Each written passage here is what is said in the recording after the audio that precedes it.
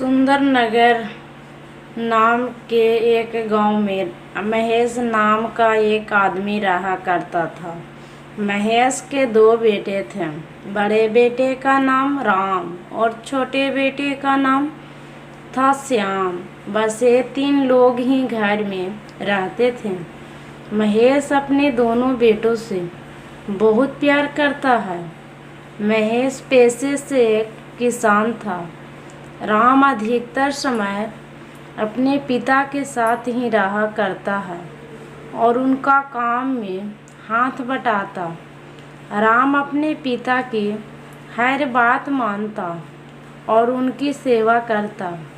वहीं दूसरी तरफ श्याम अपना अधिकतर समय बाहर आवारा दोस्त के साथ खेल कूद में ही बिता देता। श्याम अपने पिता की बात भी बहुत कम मानता था। इस दोनों भाइयों के विचार और व्यवहार में बहुत फर्क था। समय बीतता गया। राम और श्याम जवान हो गए। जब श्याम घर का कोई काम न करता तो पिताजी और राम दोनों मिलकर उसे समझाने की अब तो अपनी जिम्मेदारी को निभाओ सीखो। कब तक ऐसे ही अपने इन आवारा दोस्त के साथ आवारा की तरह घूमता रहेगा। इस तरह रोज होता। एक दिन अचानक श्याम बाहर से आया और अपने पिता से ऊंची आवाज में बात करने लगा और बोलने लगा, मुझे अपना हिस्सा चाहिए। मैं आपके बनाए हुए कड़े और नियम में नहीं रह सकता। मुझे यह घर छोड़कर जाना है। तंग आ गया हूँ रोज की कैच कैच से। जब देखो ये न करो वो न करो और रोज सुनाते रहते हैं। इधर पिता ने श्याम को प्यार से देखा और समझाते हुए कहा, बेटा यह सब तुम्हारी ही तो है। आखिर यहाँ से अलग होकर कहाँ जाओगे, कैसे रहोगे? हम सब एक परिवार हैं। मिलजुल कर रहने में ही भलाई है। लेकिन श्याम पर अपने पिता की बातों का कोई असर नहीं हुआ। वे बस अपनी जिद पर अड़ा रहा। इतने में राम गुस्से में बोलता है, जाने दो पिताजी, जाने दो, दे दो इसका हिस्सा। न जाने कैसे लोग के साथ रहता है।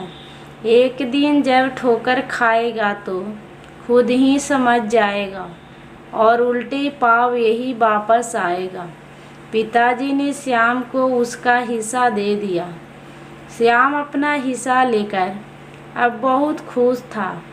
श्याम अपना हिस्सा लेकर घर छोड़कर चला गया। अब श्याम को कोई रोकने टोकने वाला ना था। बस अब सब कुछ अपनी मर्जी से करता। श्याम अपने इन्हीं दोस्त के साथ मिलकर रहने लगा। उसके दोस्त अच्छे नहीं थे। श्याम शुरू से ही बुरी संगत में था, जिसका नतीजा आज उसको साथ ऐसा हो रहा था। कुछ दिन तक तो सब ठीक चलता रहा। लेकिन एक दिन ऐसा आया जब श्याम के पास सब खत्म हो चुके थे। श्याम ने सोचा, क्यों न अब अपने दोस्त से पैसे लिए जाएं। आखिरकार हम सब साथ में रहते हैं और मैंने अपने दोस्त की बहुत मदद भी की है। यही सोच लेकर श्याम अपने दोस्त के पास पैसे मांगने पहुंचा। श्याम के दोस्त ने श्याम को पैसे देने से मना कर दिया और बहाने मारने लगे। यही वही दोस्त थे जो कल तक श्याम के पैसे से मज़े करते थे। अब श्याम का उन लोगों से पैसे को लेकर बहस हो जाती है। बात इतनी बढ़ जाती है कि सभी श्याम को वहाँ से मारकर निकाल देते हैं। आखिरकार श्याम उदास मन में से मुंह लटकाए वहाँ से चला जाता है। श्याम इस बात को बहुत देर से समझा कि ये लोग मेरा बस इस्तेमाल कर रहे थे। अब जैसे पैसा ख़त्म हुआ तो लात मारकर मुझे घर से निकाल दिया। श्याम के पास खाने के भी पैसे नहीं थे। 2-3 श्याम भिखारियों की तरह इधर उधर भटकता और कोई कुछ दे देता तो खा लेता। इसी तरह रूखा सूखा खाकर कहीं कोने में सो जाता। अब श्याम को अपने पिता की याद आने लगी। अपने पिता की कही गई बातों को सोचकर श्याम फूट फूट कर रोने लगा। उसे अपने भाई की नसीहत याद आने लगी। खुद को श्याम कोसता हुआ कहता है, मैं कितना अज्ञानी था जो इन दोस्तों के बहकावे में आ गया और अपना घर छोड़ दिया। इन दोस्तों ने मेरे दिमाग में ऐसी बातें भर दी कि मैं खुद अच्छे और बुरे में फ़र्क नहीं कर पाया। बस अपनी अज्ञानता बस में अपने पिता और भाई की बताई गई बातों को समझ नहीं पाया। श्याम बहुत वह कमज़ोर हो गया था। अब उसे अपने किए पर बहुत पछतावा हो रहा था। सोच रहा था कि काश मैं अपने पिता और भाई की बात मान लेता। मैं उन लोगों की बातों को समझ ही नहीं पाया। श्याम को आंखें से पछतावे के रूप में आंसू बाहर निकल रहे थे। बातें भर दी कि मैं खुद अच्छे और बुरे में फ़र्क ही नहीं कर पाया। बस अपनी अज्ञानता बस में अपने पिता और भाई की बताई बातों को समझ ही नहीं पाया। श्याम बहुत कमज़ोर हो गया था।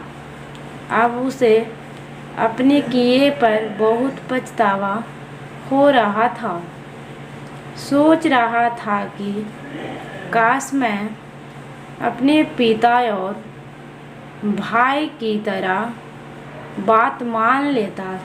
मैं उन लोगों की बातों को समझ ही नहीं पाया। श्याम की आंखें से पछतावे के रूप में आंसू बाहर निकल रहे थे। अब श्याम अपने घर वापस जाने की सोचता कि घर जाकर माफ़ी मांग लूं। किसी तरह फटे हाल श्याम घर पहुंचता है। श्याम की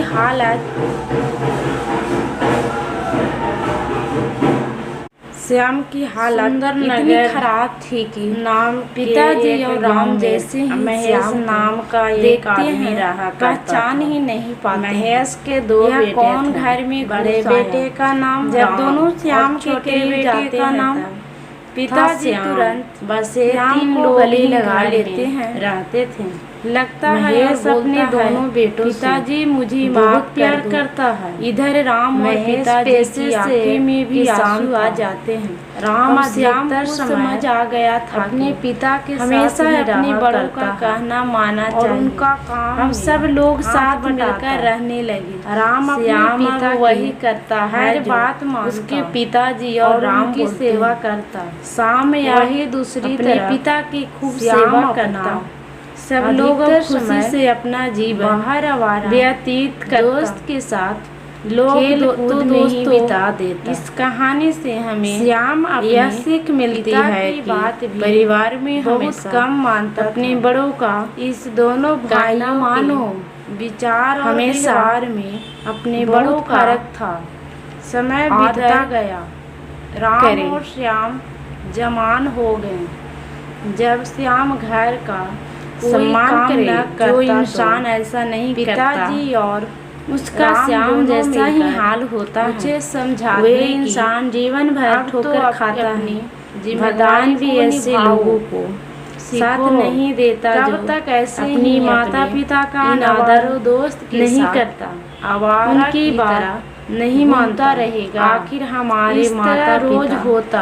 हमें एक दिन हमेशा अचानक हमारे श्याम अच्छे के लिए बाहर से आया बोलते हैं और अपने पिता समझाते से हैं। ऊंची आवाज प्लीज में दोस्तों, बात करने लगा। हमारी वीडियो और कैसी लगी बोलने दोस्तों लगा, कमेंट में जरूर मुझे बताइएगा। अपना दोस्तों हमारी वीडियो हिस्सा को लाइक सब्सक्राइब और चाहिए। शेयर जरूर मैं कीजिएगा। आपके दोस्तों बनाए प्लीज हुए दोस्तों हमारी कड़े और वीडियो नियम के लाइक में सब्सक्राइब नहीं रह सकता। और शेयर जरूर मुझे यह कीजिएगा। घर दोस्तों और छोड़कर हमें जाना भी है। आप लोगों की तंग सपोर्ट आ की गया जरूरी है दोस्तों।